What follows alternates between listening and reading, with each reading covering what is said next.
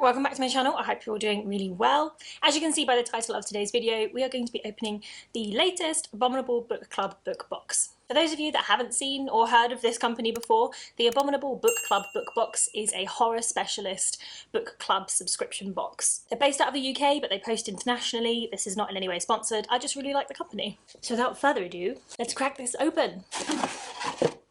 Okay, first up.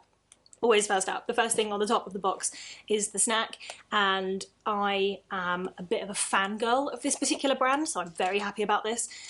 This is Tony's Chocolonely, which I thought up until literally about a week ago was Tony's Chocolonely, but I've been saying it wrong the entire time.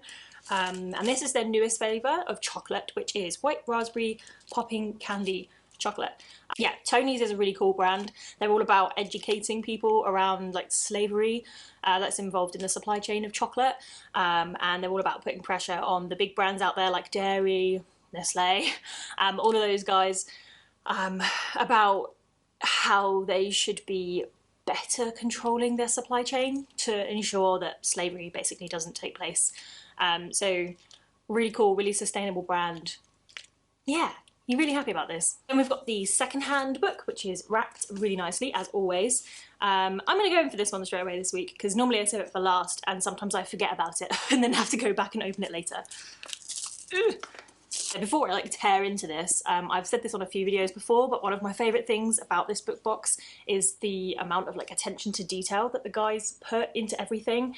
So they've got wax seals, everything's kind of blood splattered. Again, it's all eco-friendly, so everything is recyclable, which I really like. Ooh, cool. So this is Stephen King's If It Bleeds. I have not read this before. I haven't read a huge amount of Stephen King's newer stuff, and I think this is only the second time that I've got a Stephen King book as one of the second-hand books.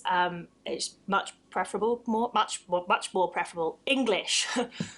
Yeah, I much prefer to get Stephen King over someone like James Herbert, sorry, or Sean Hudson. Don't really dig him either. But I have never read this. It's short stories again, which is cool. Stephen King has published a lot of short stories, but these look like slightly chunkier short stories, so there's only 4 in here. Yeah, this looks really cool. Bloody packing peanuts everywhere again. Next up we have the tea and coffee, which not a lot really needs to be said about tea and coffee, except that it's always thoroughly enjoyed because I'm English and it's cold. Okay, looks like we've got 2 books in there this month, which is very cool. And this is... okay, this is Demon by Matt Wesolowski? Sorry, I don't know. I do have another book by this author. I've not got around to reading it yet, but I will eventually. This looks cool. It looks a bit like it could be an epistolary novel, so that's where there's different sources in it, so it's not just straight novel. Sometimes it's diary entries, web pages, news articles, that kind of thing. And the blurb for this one says, in 1995, the picture-perfect village of Usselthwaite, so much I can't pronounce on this book, was the site of one of the most heinous crimes imaginable. In a case that shocked the world, 12-year-old Sidney Parsons was savagely murdered by 2 boys his own age. No reason was ever given for this terrible crime, and the demonic duo who killed him were imprisoned until their release in 2002, when they were given new identities and lifetime anonymity. Elusive online journalist Scott King investigates the lead-up and aftermath of the killing, uncovering dark stories of demonic possession and encountering a village torn apart by this unspeakable act. And as episodes of his Six Stories podcast begin to air and King himself becomes a target of media scrutiny and the public's ire, it becomes clear that whatever drove those 2 boys to kill is still there, lurking, and the campaign of horror has just begun. This sounds really cool. This sounds right up my alley. I'm going to commit to it now, or else I will just never get around to reading it. I'm going to put this on my March TBR. And yeah, looking forward to reading it. Oop.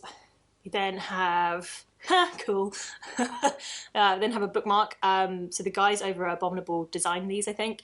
And I don't know how well you're going to be able to see this, but it is obviously based on The Ring, which is very cool. We then have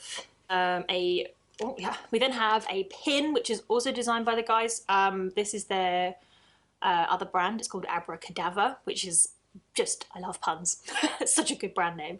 And this is the pin Really cool. I'll add that to my collection. And then we have another novel, and I have seen this doing the rounds on Instagram because I really quite like Titan books, followed them for a while, and I follow a few really, really cool Instagram pages, Instagram accounts even. God, what am I, 90? Okay, boomer. And this is All the White Spaces by Ali Wilkes. The darkness of the polar night, something terrible is waiting. We are really dusty. And the blurb of this one is, in the wake of the First World War, Jonathan Morgan stows away on an Antarctic expedition, determined to find his rightful place in the world of men. Aboard the expeditionary ship, Jonathan may live as his true self and true gender, and have the adventures he has always been denied. But not all is smooth sailing. The war casts its long shadow over them all, and grief, guilt, and mistrust skulk among the explorers. When disaster strikes in Antarctica's frozen Weddell Sea, the men must take to the land and overwinter somewhere which immediately seems both eerie and wrong, a place not marked on any of their part-drawn maps of the vast white continent. Now completely isolated, Randall's expedition has no ability to contact the outside world, and no one is coming to rescue them. In the freezing darkness of the polar night, where the aurora creeps across the sky, something terrible has been waiting to lure them out into its deadly landscape. Oh my goodness, this sounds like fun. Oh no. Now which one do I put on my March TBR? This one or the other one? This sounds like it has a few of my favourite things about horror in it. I love a claustrophobic setting, and I genuinely don't know that I can imagine anything much more claustrophobic than being stuck in Antarctica surrounded by nothing but snow. And the idea that snow sort of swallows sound, such a cool image. This sounds really, really cool. And I'm reasonably sure that Mark Reed Books has already read this, maybe. So I'm going to ask him about it. And the last thing we got in this month's box is the Spook Mark. These are like a series of bookmarks that the guys at Abominable create, and they always have a short story on the back, which is really cool. Just attention to detail, all about it. That is everything from this box. I am going to unashamedly go and eat this and try desperately not to pick up all the white spaces before I have finished my current read. Thanks a lot for watching. I really hope you enjoyed this video. If you did, please do give it a thumbs up and be sure to subscribe to my channel, and I will see you soon with another one. Bye!